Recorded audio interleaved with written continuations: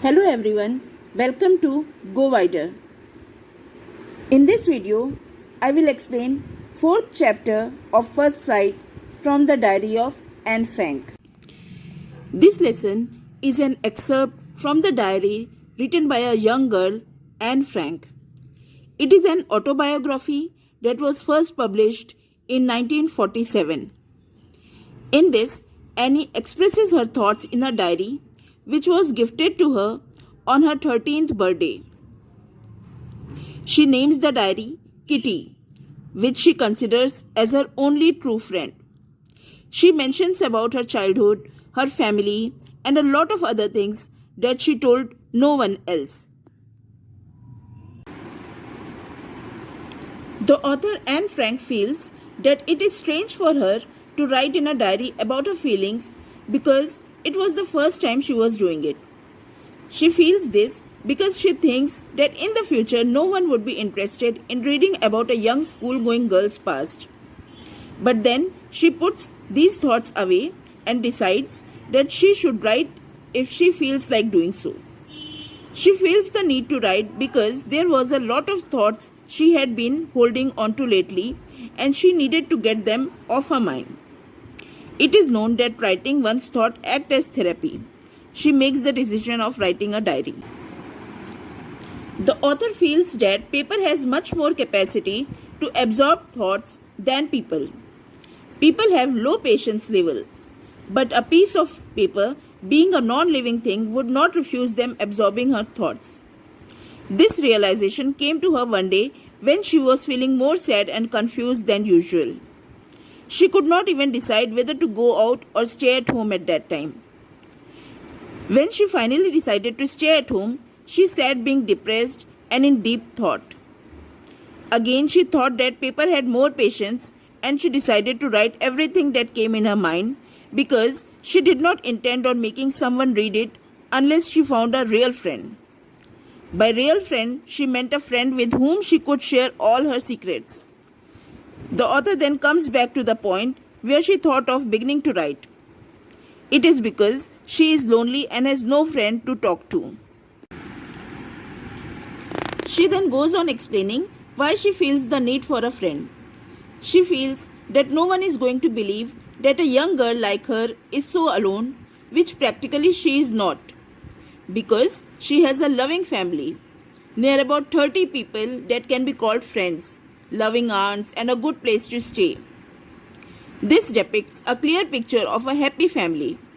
But the one thing that lacks in her life is the presence of a true friend with whom she can share everything. She does have a good time with friends. They talk about stuff, but not real stuff that is actually going on in their lives. Despite trying hard, they are unable to get closer. She feels that maybe it is her who is not able to trust anyone with her private stuff, that she is not able to come any close to her friends. She feels that the current situation cannot be changed and thus she needs to write her feelings in the diary. Usually, when someone is writing in a diary, they list down all the facts about them in a formal manner, which the author does not want to do. This is because she wanted to give her need for a friend a shape and thus decides to name the diary as Kitty. Hoping that someone would read her diary one day, she thinks that writing without giving details about the background story would be ineffective. So despite not wanting to do so, she gives brief details about her life. She refers to her father as the most lovable father one could get. Her father married her mother when he was at the age of 36 and she was 25. She and her sister Margaret were both born in Frankfurt. As soon as Anne turned 4, her father moved to Holland, followed by her mother in September, while both the sisters stayed with their grandmother in Aachen. Margaret was also sent to Holland in December, followed by Anne in February, who was brought as a birthday present for Margot. In Holland, Anne was sent to Montessori Nursery School. It was her first school. She started from first form. She had Mrs. Cooperis, the headmistress, as a teacher in sixth form, who even cried at the time of farewell.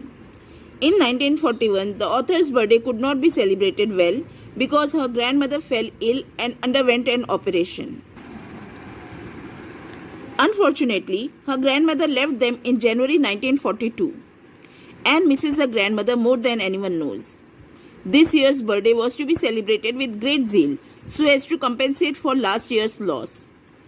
She then mentions that her family is doing well with sums up her background and brings her to the present date of June 20, 1942, when she is writing her diary. On June 20, 1942, Anne begins writing in her diary, addressing it as her friend Kitty.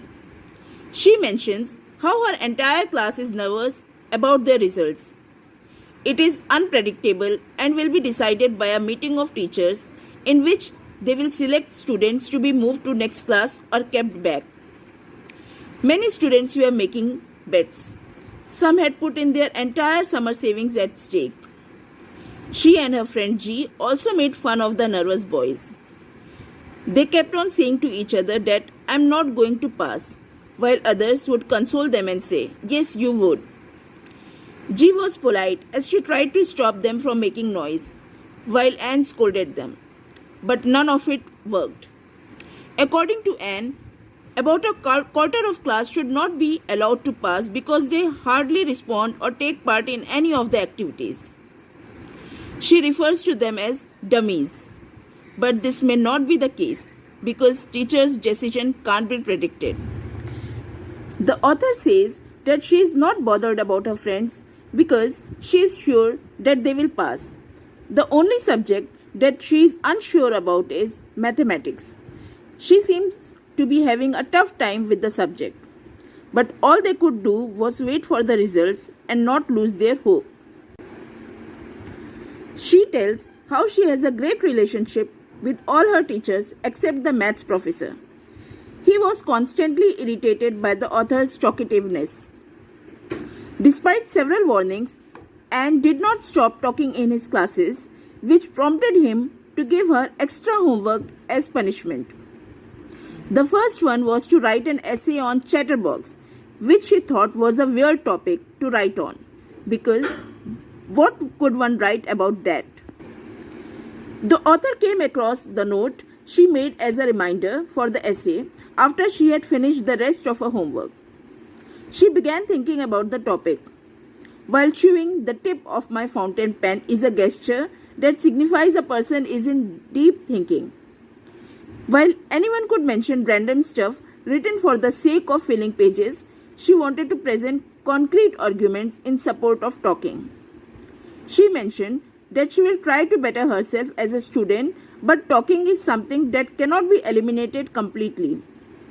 This is because she got it as an inherited trait from her mother, and this is how she ended up writing 3 pages on the topic. The professor found Anne's argument to be amusing, but when she did not stop talking in the next lesson also, he gave her yet another assignment as punishment. The topic was an incorrigible chatterbox. Incorrigible refers to a bad habit that is difficult to change. He gave her this topic because he was annoyed of her unstoppable chattering during his lessons. On receiving this assignment, the professor did not say anything to her for a while. But when he lost his patience, he handed her yet another assignment as punishment on the topic. Quack, quack, quack, said Mistress Chatterbox. When the professor scolded her for the 3rd time and punished her, the whole class started laughing. As a result, she had to pretend to be amused too. After writing twice on similar topics, she ran out of thoughts. Thus, her friend San, who was good at poetry, offered to help her write in rhyme. This whole assignment scenario was to make Anne feel ashamed, but she made sure that she gave an effective reply. She finally wrote her 3rd assignment in the form of a poem, which turned out to be great. She wrote a satire that a father swan bit his 3 baby ducklings to death because of their noisy nature. To her good luck, the professor took it lightly. The professor recited the entire poem in front of the class while giving his own remarks simultaneously. The author, being fortunate enough, talked uninterruptedly after this incident without any further homework as punishment. Also, Mr. Keesing, the professor, started cracking jokes every now and then in front of the class. Thank you.